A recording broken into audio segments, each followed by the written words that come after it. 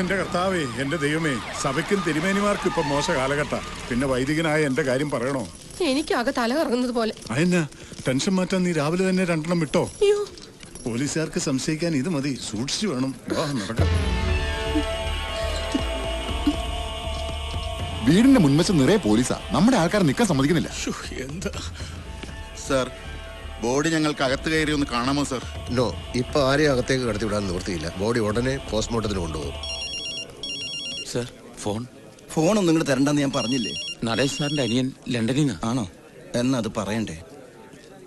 ദിനേശനാ പുറപ്പെട്ടില്ലേ? അയ്യോ, ഈ അവസ്ഥയിൽ ബോഡി വെച്ചോണ്ടിരിക്കാൻ പറ്റില്ല. പോസ്റ്റ്മോർട്ടം കഴിഞ്ഞാൽ ടൗൺ ഹാളിൽ പൊതുദർശനത്തിന് വെക്കും. വൈകിട്ട് തൈക്കാട് ശ്മശാനത്തിൽ സംസ്കരിക്കും. എല്ലാവരും അറിയിച്ചിട്ടുണ്ട്. അതൊക്കെ ഞങ്ങൾ നോക്കിക്കോളാം. രാഷ്ട്രീയമല്ലേ, ഒരുപാട് ശത്രുക്കൾ ഉണ്ടാവുമല്ലോ. പിന്നെ ഇന്നലെ കോളേജിലുണ്ടായ കുഴപ്പങ്ങളൊക്കെ അറിഞ്ഞല്ലോ. ഇപ്പൊ ഒന്നും തീർത്ത് പറയാൻ പറ്റില്ല. ശരി. അവിടെ എന്തോ ബോംബ് പൊട്ടലും ബഹളം കാരണം ദിനേശിന് വരാൻ പറ്റില്ലെന്ന്.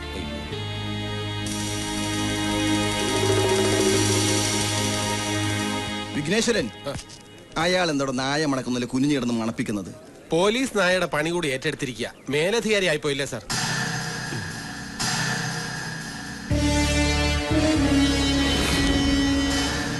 ഈ ഓയിൽ കലർന്ന മണ്ണെടുക്കണം. എടോ കമ്മീഷണറെ, താൻ ഇവിടെ കുനിഞ്ഞിരുന്ന് എന്തെടുക്കുവാടോ? മണ്ണെണ്ണ കലർത്തിയ പെട്രോൾ ഒഴിച്ച് ഓടിക്കുന്ന ഓടി അലഞ്ഞൊരു ഓട്ടോറിക്ഷ ഇന്നലെ ഇവിടെ വന്നിട്ടുണ്ട്. മണ്ണെണ്ണ ഒഴിച്ചു ഓടുന്നതാണോ വെളിച്ചെണ്ണ ഒഴിച്ചു ഓടുന്നതാണോ എന്നുള്ളതല്ല പ്രശ്നം. ഓട്ടോയിൽ വന്ന ആരാണെന്ന് കണ്ടുപിടിക്കാൻ നോക്ക്. പലതും കണ്ടുപിടിക്കേണ്ടിയിരിക്കുന്നു. സാർ, നടേശൻ സാറിന്റെ കുക്കായിരുന്ന അറുമുഖന്റെ വീട്ടിൽ പോയിരുന്നു. അവൻ ഇന്നലെ രാത്രി പോയിട്ട് ഇതുവരെ തിരിച്ചെത്തിയിട്ടില്ല. നടേശൻ സാറിന് ശത്രുക്കളായിട്ട് ആരെങ്കിലും ഉണ്ടോ? അടുത്താൽ ഏത് ശത്രുവും നടേശൻ സാറിന്റെ മിത്രമാണ്. പിന്നെ അകലത്തിലൊരു ശത്രുവുണ്ട്, നടേശൻ സാറിനെ രാഷ്ട്രീയത്തിൽ കൊണ്ടുവന്ന ആള്. അതാരാ? Leader KR. നമസ്കാരം സർ.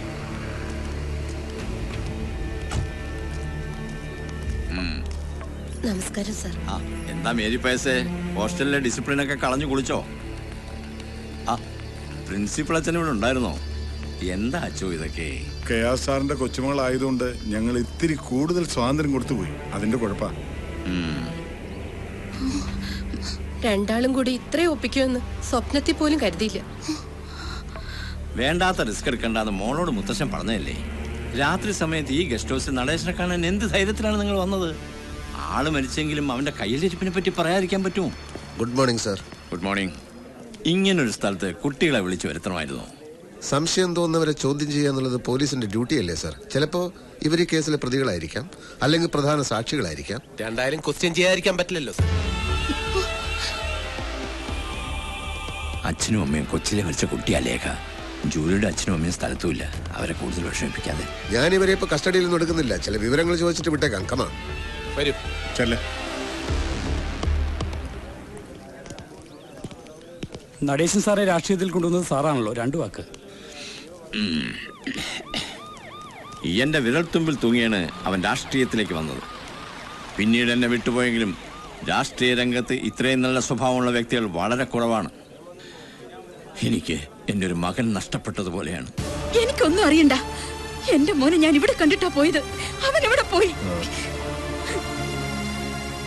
അവനില്ലാതെ ഒരു നിമിഷം പോലും എനിക്ക് ജീവിക്കാൻ പറ്റില്ല. അമ്മച്ചിയുടെ സെന്റിമെന്റ്സ് കലക്കുന്നുണ്ടല്ലോടാ.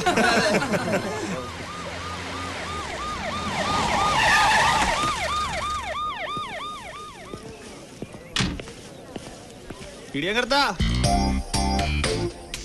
പാപ്പച്ചൻ കോൺട്രാക്ടറുടെ മോനല്ലേ? അല്ല, സ്റ്റീഫന്റെ തന്തയാ പാപ്പച്ചൻ കോൺട്രാക്ടർ. ഉറപ്പുണ്ടോ? കണ്ടോ, അവന് ഉറപ്പില്ല. മിണ്ടി പോകരുത്. മോന്റെ കൈക്കെന്ത് പറ്റി? ബൈക്കിൽ നിന്ന് വീണതാ. ഈശോ മിശിഹായ്ക്ക് സ്തുതിയായിരിക്കട്ടെ. നീതിമാന്മാർ സ്തുതിക്കപ്പെടും, അല്ലാത്തവർ ശിക്ഷിക്കപ്പെടും. കൊല്ലപ്പെട്ടത് ഹോം മിനിസ്റ്റർ ആണെന്ന് ഓർമ്മ വേണം. ഈ അമ്മയും ഈ അച്ഛനും ചേർന്ന് രമേശിനെ എവിടെയാണ് ഒളിപ്പിച്ചിരിക്കുന്നത്? സാർ, ദൈവദോഷം പറയരുത്. അന്ന് സ്വന്തം അമ്മയെ അധിക്ഷേപിച്ച ആ നിമിഷത്തിൽ പെട്ടെന്ന് അവന്റെ നിയന്ത്രണം വിട്ടുപോയിട്ടുണ്ടാവാം. അത് വെച്ച് ഈ കൊലപാതകം അവന്റെ തലയിൽ കെട്ടിവെക്കരുത്. അവനത് ചെയ്യില്ല സാർ. എന്റെ മോനെ കസ്റ്റഡിയിൽ എടുത്തിട്ട് അവനെ നിങ്ങൾ എന്ത് ചെയ്തെന്ന് പറ. കൊള്ളാം.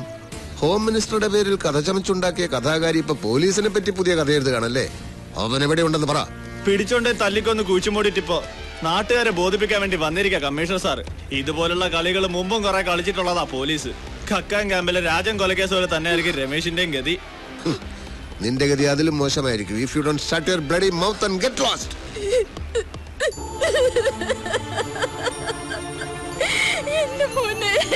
നന്ദിനി, എന്താ ഇത്?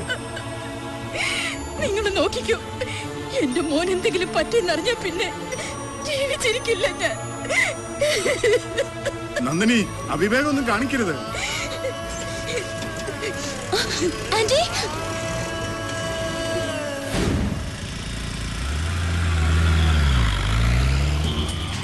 മേരി മാഡത്തിന്റെ മുമ്പിൽ കൂടി ഹോസ്റ്റലിൽ നിന്ന് ഇറങ്ങിയപ്പോ എന്റെ ശ്വാസം നിന്ന പോലെ ആയിപ്പോയി.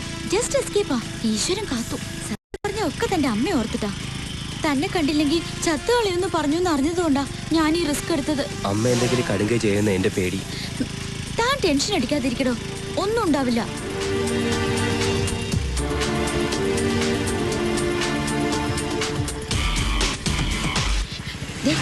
ഞാനിവിടെ വെയിറ്റ് ചെയ്യാം. എന്നെ കണ്ട ആരെങ്കിലും തിരിച്ചറിഞ്ഞ പ്രശ്ന. അമ്മയെ കണ്ടിട്ട് പെട്ടെന്ന് വരണം.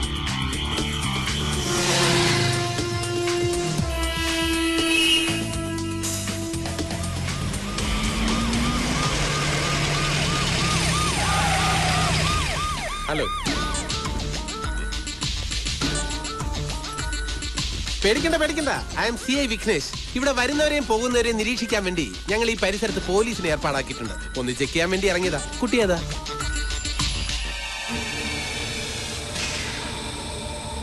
നീ അവനല്ലേ?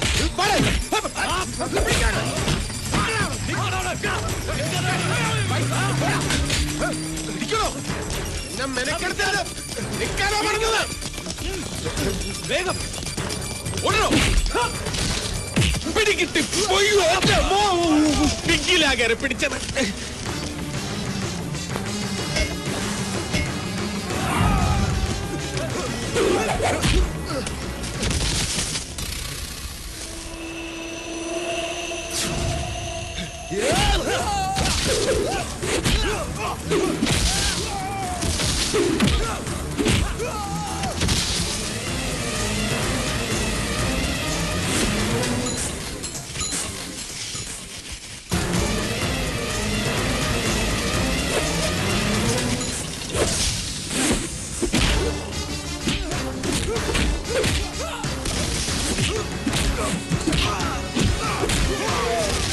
എന്താണോ നോക്കിയിരിക്കുന്നത്? പോയി തൂക്കിയെടുത്തോണ്ട് വേണം. ഞാൻ തന്നെ വേണോ? പിന്നല്ലാതെ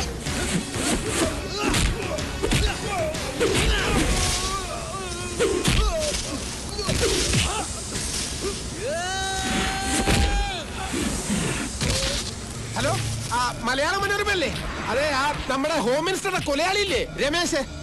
അവൻ തന്നെ. അവനെ CI വിഘ്നേഷ് പിടികൂടി. പുള്ളിയുടെ ഫോട്ടോ ഇപ്പൊ തന്നെ ഓഫീസിൽ എത്തിച്ചേക്കാം. ഒന്ന് കാര്യമായിട്ട് കൊടുത്തേക്കണേ.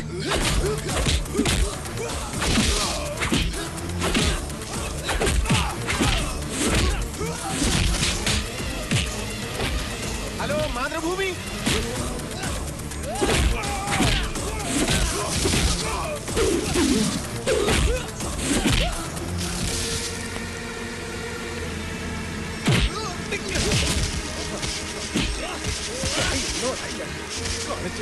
ഈ CI വിഘ്നേഷ് ആരാണെന്ന് നീ ഇന്നറിയും.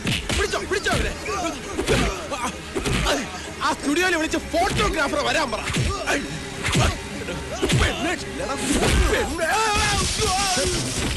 എന്താണ് സർ? അവൻ കരാട്ടെ ബ്ലാക്ക് ബെൽറ്റാ.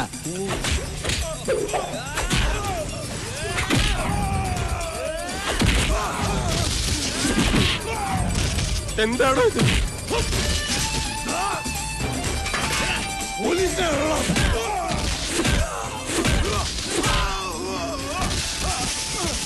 ഇനി പോലീസ് മാർഗം.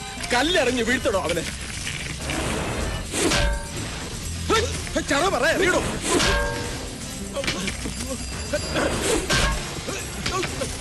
ഇത് തടുക്കണം.